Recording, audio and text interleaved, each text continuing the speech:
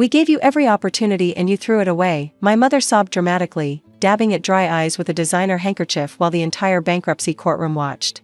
My father sat beside her, jaw clenched with theatrical disappointment, nodding gravely as their lawyer presented forged documents claiming I owed my brother $1.8 million. My lawyer, Patricia Okonkwo, stayed perfectly calm beside me, her briefcase containing evidence that would soon detonate like a bomb in this room. But why did Judge Harrison suddenly stop reading the petition, remove his glasses, and stare at me with an expression of growing disbelief? Counsel, approach the bench. Both of you. Now. The lawyers walked forward. I watched the judge whisper something that made my brother's attorney turn pale. I read about this company in Forbes last week, Judge Harrison said, his voice now audible throughout the silent courtroom. Meridian Tech Solutions. The cybersecurity startup that just closed a $94 million contract with the Department of Homeland Security. Someone in this courtroom is lying to my face, and I intend to find out who. My brother Marcus's confident smirk vanished. My mother's fake tears stopped instantly. My father's righteous posture crumbled. And I stood there silently, waiting for the destruction I'd spent 8 years preparing for. I founded Meridian Tech Solutions 9 years ago with $4,200 in savings and a laptop held together with duct tape. The Whitmore family didn't do duct tape. We did prestige, old money, and appearances. My father, Theodore Whitmore, ran one of Boston's most respected wealth management firms. My brother Marcus was being groomed as his successor, the golden child who could do no wrong. My younger sister Diana had married into pharmaceutical money and spent her days organizing charity galas. And me? Serena Whitmore, the middle child, the embarrassment, the one who'd thrown away a Harvard MBA to chase what my father called computer nonsense. He'd laughed when I'd presented my business plan at 25. That's a hobby, not a career. Get a real job. Join Marcus at the firm. Stop embarrassing this family with your little experiments. There's a massive gap in the market for small business security protocols. There's a massive gap in your understanding of how business works. You'll fail. You'll come crawling back. And when you do, you'll take whatever position Marcus decides to give you. I won't fail. They all say that, sweetheart. They all fail.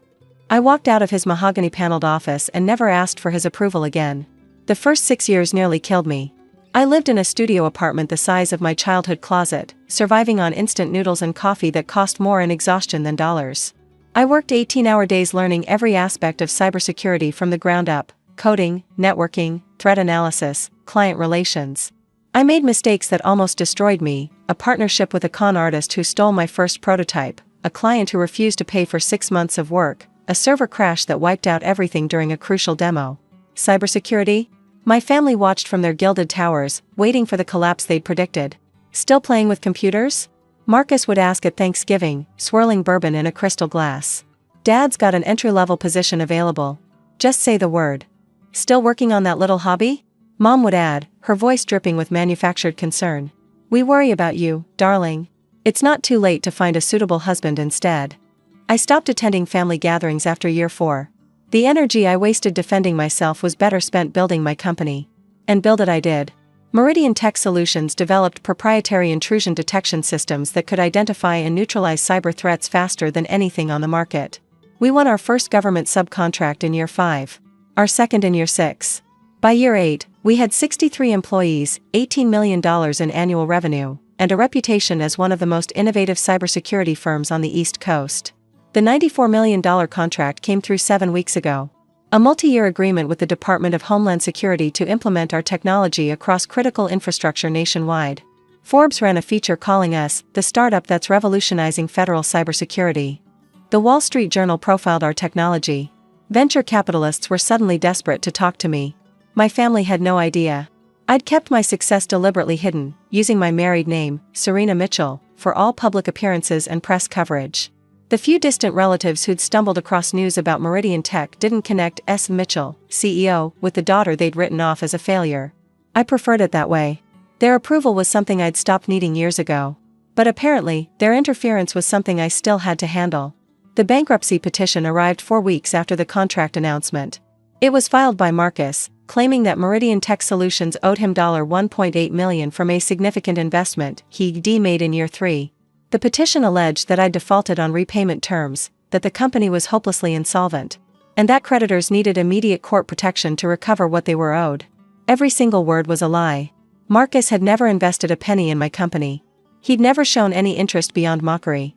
The documentation accompanying the petition was completely fabricated, loan agreements I'd never signed, financial statements that bore zero resemblance to reality, contracts with forged signatures that looked nothing like my handwriting. It was fraud. Blatant, arrogant fraud designed to destroy everything I'd built. I called Patricia immediately. "They're trying to force you into bankruptcy proceedings using forged documents," she said after reviewing the filing. "It's incredibly stupid. Forensic analysis will expose the fraud within days.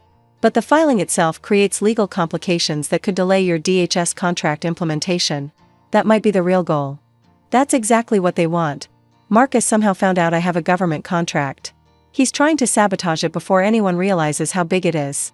How would he know about the contract?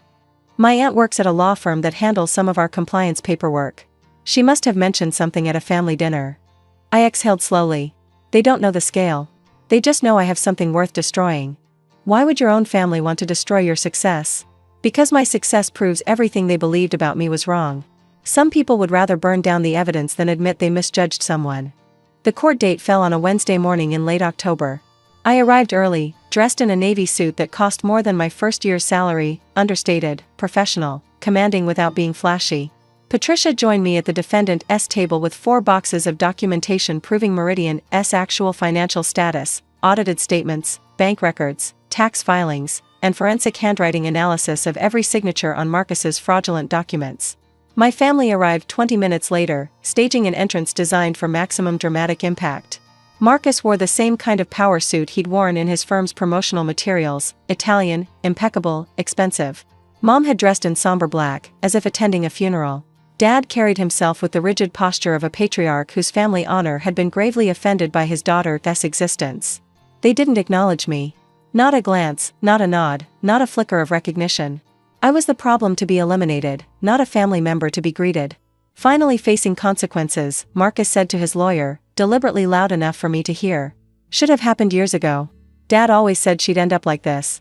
The hearing began. Marcus's lawyer presented the petition with theatrical gravity. He described my failing company, my pattern of financial irresponsibility, my refusal to honor legitimate debts. My mother sobbed on cue. My father shook his head in practiced disappointment. It was a performance worthy of daytime television. Then Judge Harrison asked for the company documentation. He reviewed the papers in silence for several minutes. His expression shifted from professional neutrality to confusion to something harder, anger, barely controlled. "Counsel, approach the bench. Both of you. Now." The whispered conversation lasted nearly 5 minutes. Marcus's lawyer turned visibly pale. Patricia remained composed, nodding occasionally. When Judge Harrison spoke again, his voice carried throughout the courtroom. "I read about this company in Forbes magazine last week. Meridian Tech Solutions. The cybersecurity startup that just secured a $94 million contract with the Department of Homeland Security." He removed his glasses and stared directly at my brother. "The company you're claiming is insolvent. The company you're claiming owes you $1.8 million from an investment that, according to the defendant's documentation, never occurred." Marcus's confident mask cracked. "Your Honor, the defendant is lying. I haven't finished." Judge Harrison's voice cut like a blade. "I'm looking at audited financial statements from a Big Four accounting firm showing this company has $18 million in annual revenue. I'm looking at bank records that show no record of any investment from you. I'm looking at forensic handwriting analysis from the FBI's certified document examiner concluding that every signature on your loan agreements is forged." My mother's sobbing stopped instantly. My father's righteous posture collapsed. "Someone in this courtroom is lying to my face," the judge continued. "And based on the evidence before me, I have a very clear picture of who that someone is." Patricia stood. "Your Honor, we have prepared a comprehensive response to this fraudulent petition." For the next 45 minutes, she systematically dismantled every claim my family had made. The forged signatures didn't match my handwriting in any of the 23 comparison samples. The loan agreements referenced bank accounts that didn't exist. The financial statements claimed losses during quarters when Meridian had actually posted record profits. The investment Marcus claimed to have made occurred during a period when his own bank records showed he'd been overdrawn for 3 consecutive months. Furthermore, Your Honor, Patricia continued, Meridian Tech Solutions provides critical cybersecurity infrastructure to the Department of Homeland Security.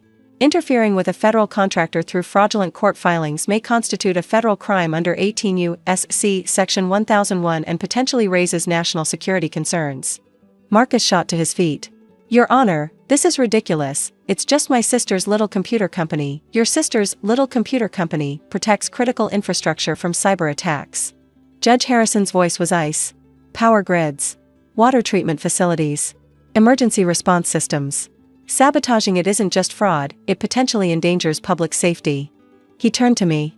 Ms. Mitchell, or should I say Ms. Whitmore, I apologize for the court's time being wasted by this malicious filing. Your company's reputation will not be affected by these proceedings. I'm entering an immediate dismissal with prejudice, and I'm referring this matter to the U.S. Attorney's Office for investigation of bankruptcy fraud, perjury, and potential interference with a federal contractor. Thank you, Your Honor. Case dismissed. The aftermath was chaos. Court officers approached Marcus and his lawyer regarding the criminal referral. My parents tried to slip out quietly through a side door, but I caught my mother's eye as she reached for the handle. Mr. and Mrs. Whitmore. I kept my voice perfectly level. I assume you were aware of this scheme. My father turned slowly. His face was gray. Serena, this was Marcus's idea. You were in the gallery nodding along while he tried to destroy my company. Don't pretend you weren't part of it. We thought we were helping, my mother said, her voice small and stripped of its usual imperious tone. Marcus said the company was failing. He said you'd taken money from dangerous people. We thought this would save you from yourself. You thought what Marcus told you because believing him was easier than admitting you were wrong about me. I gathered my files. The $94 million contract? That's real. The 63 employees who depend on Meridian? They're real. The technology we've developed that protects American infrastructure? That's real too. You tried to destroy all of it because my success made you uncomfortable. Serena, please. I'm done. Whatever happens to Marcus legally is his own problem. Whatever story you tell yourselves to sleep at night is yours. But don't contact me again. Don't pretend we're family. Family doesn't try to bankrupt each other with forged documents in open court. I walked out of the courthouse without looking back. The federal investigation moved faster than anyone expected. Marcus's lawyer, facing potential disbarment, cooperated fully with investigators. He revealed that Marcus had approached him with the scheme, insisting that Meridian was a pathetic failure that needed to be put out of its misery before it could further embarrass the Whitmore name. The lawyer had been negligent, accepting his client's claims without verification, but the primary fraud was entirely Marcus's design. Federal charges were filed within 8 weeks. Bankruptcy fraud. Perjury. Attempted interference with a government contractor. Marcus faced up to 20 years in federal prison. My father emptied his political connections and a significant portion of his personal fortune to secure a plea deal. Marcus would plead guilty to reduced charges, serve 4 years in a minimum security facility, lose his position at the family firm permanently, and carry a federal felony conviction for the rest of his life. The Whitmore wealth management firm survived, but barely. News of the fraud spread through Boston's financial community like wildfire. High net worth clients don't trust their money to families where the heir apparent commits federal crimes. My father was forced into early retirement. The firm was sold to a larger competitor at a fraction of its previous value. My mother sent a letter 8 months after Marcus began his sentence. It was 12 pages of justifications and non-apologies. We never meant for things to go this far. Families should support each other through difficult times. Surely you understand we only wanted what was best for you. I didn't respond. Meridian Tech Solutions celebrated its 11th anniversary last month. We've grown to 187 employees across 3 facilities. Our contracts with federal agencies now total $420 million over the next 7 years. We've expanded into private sector cybersecurity, protecting major financial institutions and healthcare systems. Fortune magazine listed us among the 50 most innovative companies in America. I was named to Forbes's Women Leading Tech list for the 3rd consecutive year. The Wall Street Journal ran a follow-up piece with the headline, "The cybersecurity mogul whose family tried to bankrupt her, and failed." I gave one interview about the case, carefully worded, focusing on the legal implications rather than personal drama. The reporter asked me why I thought my brother had done it. Some people would rather destroy evidence than admit they were wrong, I said. Success that contradicts their worldview isn't something to celebrate, it's something to eliminate. Do you maintain any relationship with your biological family now? I have an extraordinary relationship with the family I've chosen. My husband, my employees, my partners, the people who believed in me when I had nothing but a garage and a vision. The people who celebrated my wins instead of trying to manufacture my failures. And your parents? Your brother? They made their choice in that courtroom. I've made mine. Last week, my sister Diana reached out for the first time since the trial. She'd always been peripheral to the family warfare, too absorbed in her own social climbing to pay attention to mine. But the scandal had apparently damaged her standing in her precious country club circles. People whispered about her brother the felon, her parents the enablers, her family's spectacular public disgrace. "I know you probably don't want to hear from anyone with our last name," she wrote. "But I wanted you to know that I never agreed with how they treated you. I was too weak to say anything at the time, too focused on my own life. But I always knew you'd prove them wrong. I just never had the courage to say it out loud." It was a half apology, weighted with self-preservation. She wanted to separate herself from the family catastrophe, to position herself as the sibling who'd secretly supported me all along. I wrote back a single sentence, support expressed only after I succeeded isn't support, it's just positioning. But I appreciate the honesty about your silence. I meant it. I didn't forgive her, but I acknowledged the gesture. Growth has to begin somewhere, even when it begins too late. My daughter was born 4 months ago. Her name is Grace, after my husband James's grandmother, a woman who raised 4 children alone during the Depression, who built a bakery from nothing, who taught her descendants that hard work trumps pedigree every single time. I hold Grace in the nursery of the home I built, a home I purchased with money I earned, in a neighborhood I chose, surrounded by people I've selected instead of people I was born to. I tell her stories about persistence and determination, about building things that matter, about the profound difference between people who lift you up and people who try to drag you down. Your other grandparents, my parents, they won't be part of your life, I told her last night, even though she's too young to understand the words. That's not punishment. It's protection. You deserve to be surrounded by people who see your potential as something to nurture, not something to diminish. She blinked at me with those newborn eyes that don't quite focus yet, trusting and pure. You're going to do extraordinary things, Grace. And when you do, I'll be your biggest champion. Not because you succeeded, but because you tried. That's what family actually means. Not shared genetics. Shared belief. I placed her gently in her crib and watched her drift into sleep, this tiny person who would never know the family that rejected her mother. She'd know the family that chose her mother instead. That's enough. That's more than enough. They hired a lawyer expecting to finally prove I was the failure they'd always claimed. Instead, they proved themselves frauds, literally and publicly. The judge recognized my company because we'd built something worth recognizing, worth protecting, worth defending. They thought they were shutting down an embarrassment. They were attempting to destroy a $94 million success story. The courtroom wasn't their victory parade. It was their exposure, their unraveling, their reckoning. And now, while Marcus serves his sentence and my parents fade into irrelevance, Meridian Tech Solutions keeps growing. Keeps building. Keeps proving that the only thing more powerful than family doubt is personal determination. They gave me every opportunity to fail. I gave myself every reason to succeed.